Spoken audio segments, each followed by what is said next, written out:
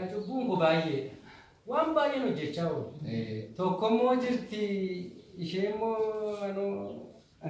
bisiin keessanii. eessi Natti fuudhaa baay'ee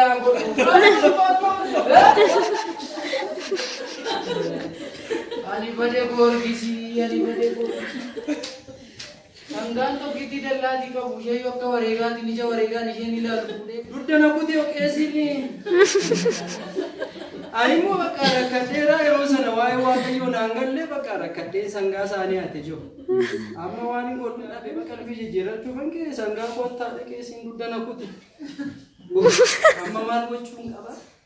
Waaqayyoon immoo kennaadhuma hin jirre naa kenne yoo jedhe waanuma amantoota kan barsiisuudhaaf kennaa isaa roobsee narratti dhangalaase yoo jedhe homaa waan tokko waan hin jedhan Barsiisa dhaliise. Eelaa kuno.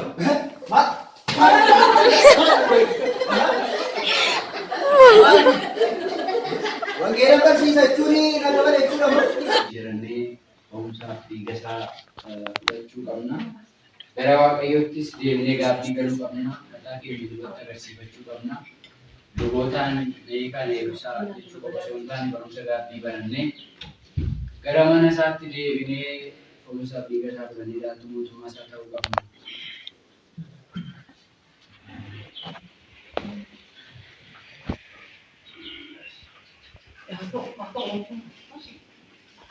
Yandu baratera. Itini mata gara qalbii jijjiirrachuu qaba. Waan mata dheebuu mootaati guddaa dhaqeen itti mata. Gaarii sanata. Gaarii kan eebbisa. Waaqa isaa ibsaa ibsaa. Nagaa keessan akkam jirtu? Koronaa. Nagumaati. Galatoonni. Akkam jirtu? Nagaa keessan gaafa isin barsiistan uummanni isin jaallataa. Namatti tolchuu sagaleen keessan mi'aa. Bakka yeroo dargamu waan isin barsiistan gaafa gaara ijaarsaa irratti waa'ee gooftaan Yesuus Kiristoos bartoota isaatti dubbate dhufni ga'eera. Kanaafuu qalbii jijjiirradhaa badii keessa mataa keessa lubatti agarsiifadhaa itti barsiistan.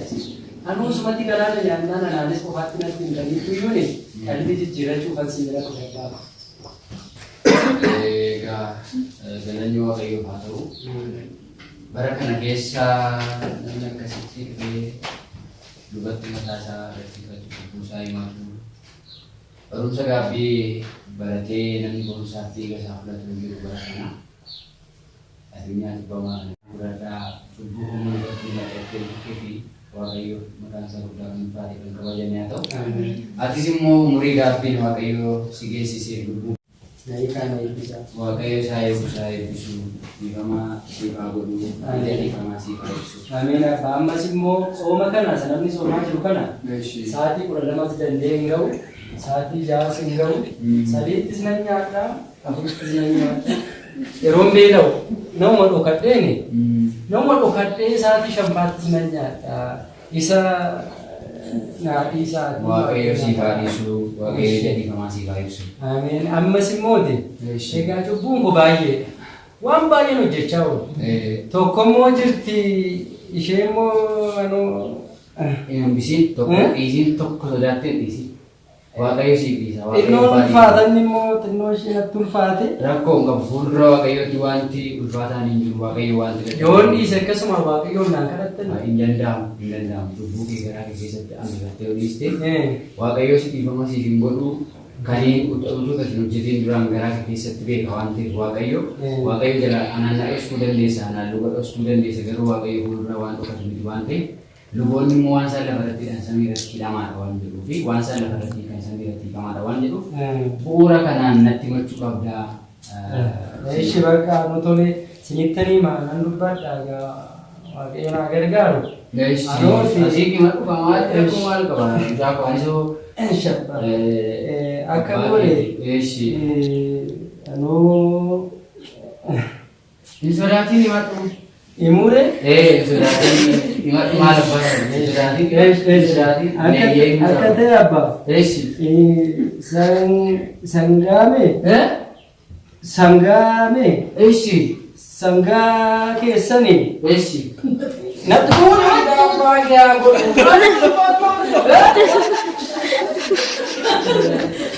Ani badee boorgisii, ani badee boorgisii.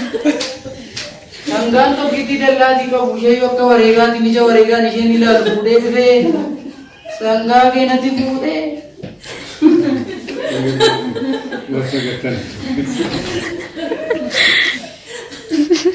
Yaa gooftaa kooti. Qeesii nama dhoddeen dhaladhee mana argee. Waan hundumaa himadhu garaa kee keessaa baasiitiin nuun waaqayyootis siniif nu kaa'e. Nuti tikee keessanidha fakkeenya waaqayyoottiin sin eeguun. Dubbatadhu dhaloo sinuma sodaadheen ture. Dudda na kutee qeesiin. Ani immoo bakka rakkadheeraa yeroo sana waa'ee waaqayyoo naan galle bakka rakkadheen sangaa isaanii ate jiru. Amma waan hin godhuun dhabe bakka asatti gaabbeen qalbii jijjiirrachuu kan kee sangaa kottaa dhaqee siin dudda na kute. Amma maal gochuun qaba? Baay'ee rakkateera manni amantaa keenya. Namnis rakkateera dhugaa. Ani lubni nama rukkutu kan lubni akkasittiin waa'ee wangeelaa galiin fe'uutti deebisaree kan bira gaaffii tokko kan natti ta'ee jira. Amma nama naa deebisu argadhutti hin callisuanis nama hundumaa adeemeen gaafadha gaaffii kana. Ajaa'iba boo! Waaqayyo immoo kennaadhuma hin jirre naa kenne yoo jedhe waanuma kennaa isaa kana waan itti xiqqeessee natti fakkaata. Hinuma naa dhoobsee kennaa isaa kana hinuma naaf roobsee wangeela barsiisuuf gaafa nu waltajjiitti dhufee ba'u amantoonni keenya garraamiin harka isaanii chab gaafa isaan fidan ilillee isaan ililchan immoo eessa akka isaan fidan kennaa wangeela barsiisuu amantoota kan barsiisuudhaaf kennaa isaa roobsee narratti dhangalaase yoo jedhe homaa waan tokko waan nuti aan ofirratti dabal tokko illee. Isaan kun immoo wangeela biraatti nama waaqayyoo fakkaatan isaan immoo waaqaa fuudha. Obboleessa nagaa kan barsiisaa akkamis naguma akkam jirtu naguma nagaa keessa akkam jirtu tajaajilaa fakkaattu wangeela baattu. Wangeela barsiisetanii galaattiin jira. Hin barsiistu? Kennaa isaa qabu. Qabdu kennaa wangeelaa qabdaatte na gaafachuun tikeeyyuu beekaan agartee beektumu waltajjiitti gaafan ba'u ililleen gurri kee dhaga'u lafti raafama harki immoo dhiis manatu raafama hin beekamtu kennaa gaanu inuma nutti dhangalaase simboon isaa sigarra jiru kun oogin ifa namatti tola nama waaqayyoo akkasii dhabame yaa mucaa koo badaan argamu nama akkasii inji malaka keessatti yaa mucaa koo nama ta'e jedhamni sagaleen isaa yaa mucaa koo nama ta'e jechuun namni jaldeessa taanaan miti namni qeerransa ta'ee miti maal beektoosa kana wangeelanii nyaadheen liqimseeni baaseera hunda isaanii hunda isaa dubbistanii fixxanii jalqabaa hanga isa xumuraatti la waan tumti barbaade. Waaqayyo baruma akkasii nama kee akkasii dhimmeema amantaa isaan jiraatu argachuu keenya. Kennaa isaan sanuu kenne galata isaa. Osoo sinuu gaaffii kun haa deebistu. Gaaffii qabdamu? Eeyyee gaaffii. Waa'ee wangeelaa moo? Kun asuma keessa. Maal ganamoo na gaafa? Gaafadhu barbaade. Eeshi dhugaadha. Hin deebistu immoo. Nama baatti akka ta'e gaaffiin kun xinnoo hin cima. As keessa immoo jira yeroo sagalee. Waan wangeela keessa immoo kan biraa. As keessa jiran cima malee. Maal waan wangeela keessa maa tokko si gaafadhuure. Gaafadhu waan barbaadde. Waaqayyooti na gargaari gaamma. Gaafadhu nan gaafatu. Eeshi gaaffichi maal beektu? Xinnoo ulfaata danda'a hin deebistu immoo nan beeka sin immoo hin deebistu. Gaaffiin koo maal ture beektu? Barsiisa. Barsiisa dhaliise. Elaa kunoo.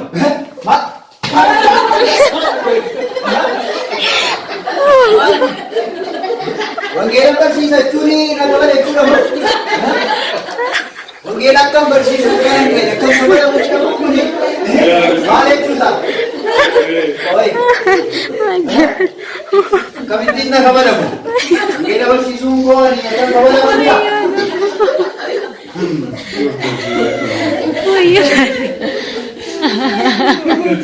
Tengo una noche.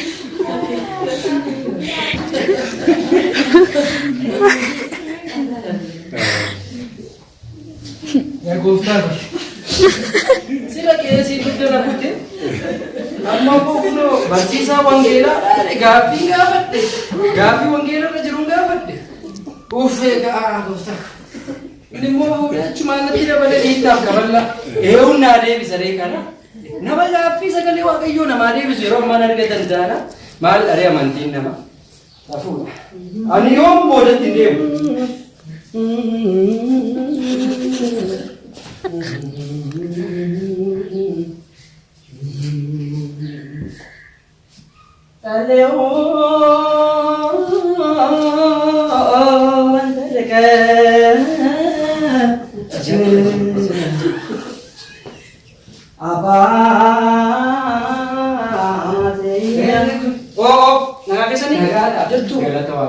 Akkam jirtu maal akkuma nagaadha akkam jirtu nagaa keessa eessaatu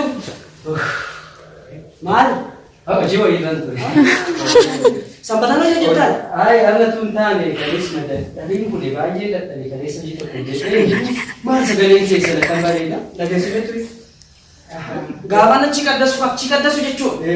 Balbalata keessa godhe malee amantii keenya miti. Kiilolee aadaa fi gabaa. Sagalee moo simbirroota harcaasaa. Gaafa si jedhama. Amma dhagee. Shawadamni jechuudha. Bara kana toona fayyama kana ga'uun kee shawadamni. Daaqoniidha isinii qaddasu. Daaqoniidha. Aanneef. Waaqni. Nama fayyaa waaqayyo galata. Ganoo gaaffii tokko isin gaafuu fedhe. Gaaffii? Gaaffiin nama jira. Wangeelarra jira. Wangeelan dubbistu. Beekamee taa'e beekamee kaasa mangulaatti kan beeku keessumaa daandii mana biraan jira osoo deebii beeku jira injiru maal akka ta'e gaaf siyaasa siyaasa miti maal siyaasa dhugaa siyaasa maaliin godhani waan nama taate wangeela kan jiru inni badini nama eenyu beeku naaneen sabaatiin beeka faarfataan beeka uummanni beeka daaqoniin beeka hargaa fi gabaa maali beekamtu sinoon deebistu dhugaa Singapura ture intima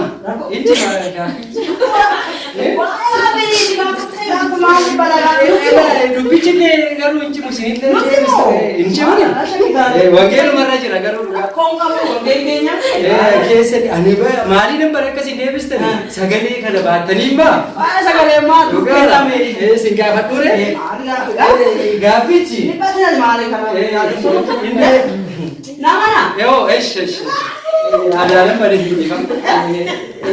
Singapura akhir gaaffiin ko wangeelu marra jira namana gaafatte gaafa boonne esh bakka daasa bayin jira bakka mani charane bakka nabdai oi bikka sabo solo rayo abuluti mulammo kata maalo gaaffiin ko inno ne ulfaata garuu sin deebistu ela bakka sin gaafa akkate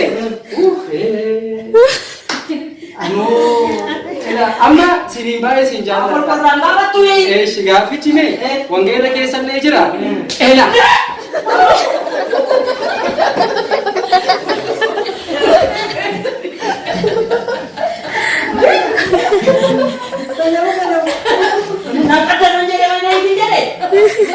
doktora saya bilang boleh koi dah boleh nabe sakale kinane oh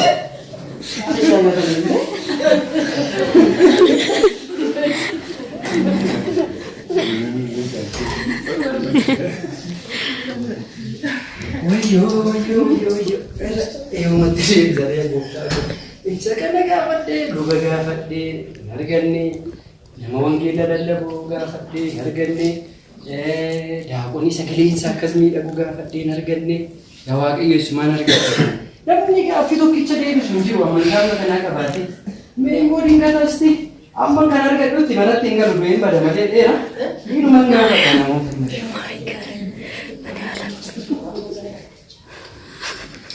Sabbalee nagaadha akkam fayyaadha akkama nagaadha eessaa deemta ishoo qabbanoota ati nama waaqayyoo dhugaa ishoo nama akkasii qabame naguma akkami ishoo anoo gaaffii tokko si gaafuudheen garullee oliin beennu dhiifama ati tajaajiltu mana waaqayyooti akkasumaan mana amantaa deddeebii ta'a. Dhabbeen harmootaa kun silaa baay'ee banaadha. Yeroo wangeelli barsiifamu dhabbee keerraa dhageessaa teessee deddeebii ta'a. Foonii dhiiga isaa fudhataa mana waaqayyootti jabaa. Ishoo kanatti barbaadamu. Atis tajaajiltuudha jechuudha nama biraati. Kanaaf gaaffii si gaafadhuure. Kun argatti taate. Inni eebista. Dandeessan wangeela sirriitti beeku.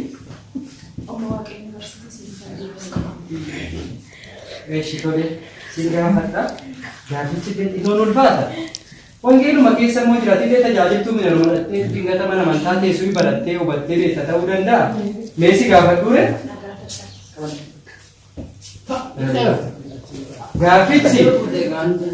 Gaafichillee xinnoo ishee hin ulfaata.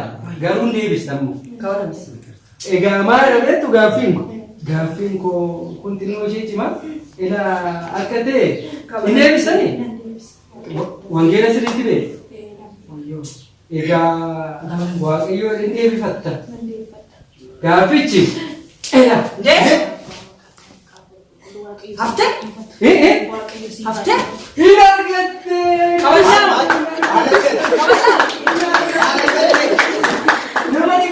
Keetii qabatee nu argatte taani. Hin argatte abbaa hin argatte. Hin argatte.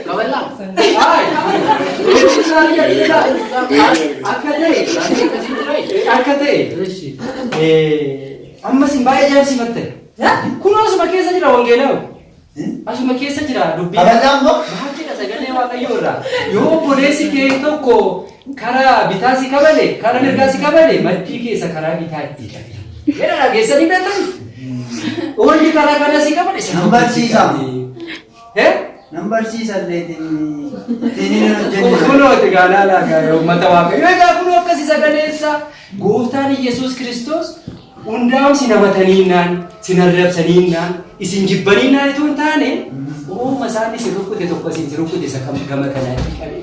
Yoo seebbifamne Waaqayyo kanatti dhaaf akka irra taa'ee warra isatti malleessan dhumaaf abbaa waan godhan hin beekani dhiisii ta'e. Hubattanitti miniidha? Eeshi sinoo. Ani maatti beekan akkasumalee? Adda sinaan beekan akkasumalee maatti beekan? Wangeela barattan? Dabbalee haala keessa. Teessanii barattan? Daabboonni Gaafachi barsiisaan achi deemu waan jennee gala malee. Gambeeka daabboonni yeroo baay'ee qiddaasee ba'u achi taa'ee wangeela baratan. Kana mana dudduuba naannoo odeessu. Kun immoo barbaachisu mana Waaqayyoo. Ati hin turee akka gaafii akkasii jettee tura? Akkasidha sagalee isa namni sagalee Waaqayyoo dhaga hojiitti jijjiire inni mana isaa isa dhagaa irratti ijaarratedha. Namni sagalee isaa dhageenye hojiitti hin jijjiirre immoo isa mana isaa ashwaa irratti cirracha irratti ijaarre. Kanadha malee barachuun dirqama sagalee Waaqayyoo. Abba. Abeet. Argitani mini? Dhiifama gaamudha. Kunoo dugdan si kutu. Anoo sangaa keessanii sanuma taate sangaa keessan ateen immoo egaa baricha cubbuun hojjetan turen waa'ee Waaqayyoo naaf hin galle. Amma immoo naagalee naan barumsa keessan irraa ka'een qalbii jijjiirrachuu sin biratti dhufe. Isin immoo dana kuttanii firdi beetii deddeebaa jirtu maadhani naqaa. Maali mucaa kun tokkittii sana qaban sangitti. Akka dhalan gabaattan ilaalan siin jedha akka dhala waliigaa. Kana qofaayyuu miti firdi beetii dhaqee sitti murteessisuuf ka'ee warra sitti ragaa ba'an nama sadii qopheessee jaatoo si kaa'een horeyyu.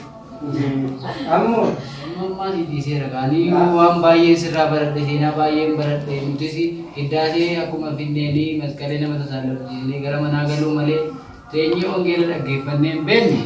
Kana booda hojjumaan dhaggeeffanna. Deebii isaas argineerra waan kaballaa kanas arginee hin beeknu immoo kana booda dubbisna. Isa dhiifamni maluuf dhiifama akka goonu namni immoo xiqqaanis guddaanis beekaanis wallaalaanis paatraarikii irraa amma daaqonii dakanaatti amma mimanaanitti wangeela barachuu qabu. Isa kana ergaa dabarfachuun barbaada. Jaakotis Waaqayyoo saayiquu, saayibbisuu, qalbii jijjiirannaa keessii faa fudhatu. Ijoollee kunis dogoggorreerra balleessineerra teenyee nama baratee mootummaa isaa dhaalu Waaqayyo nu hunda keenya nu haa taasisu. Waaqayyo nama guddaa nama xiqqaan jedhu gaafa murteessuudhaa fi hunduma keenyatti murteessaa wanti murtee jalaa barannee afaan jechuun jaalladha. Iyyuu gabeeraa lammaadhiyaa naftu. Ani iyyuu gabeeraa lammaadhiyaa naftu. Hojiin biyya lafaa uumamaa irbaaftu. Hojiin biyya lafaa uumamaa irbaaftu. Waa'ee sirbaaf machii akka biraaftu. Waa'ee sirbaaf machii akka biraaftu. Abboommi Waaqayyoo akka fiixaan baastu abboonni waaqayyoo akka fiixaan baastu eeyyee abboonni waaqayyoo akka fiixaan baastu abboonni waaqayyoo akka fiixaan baastu.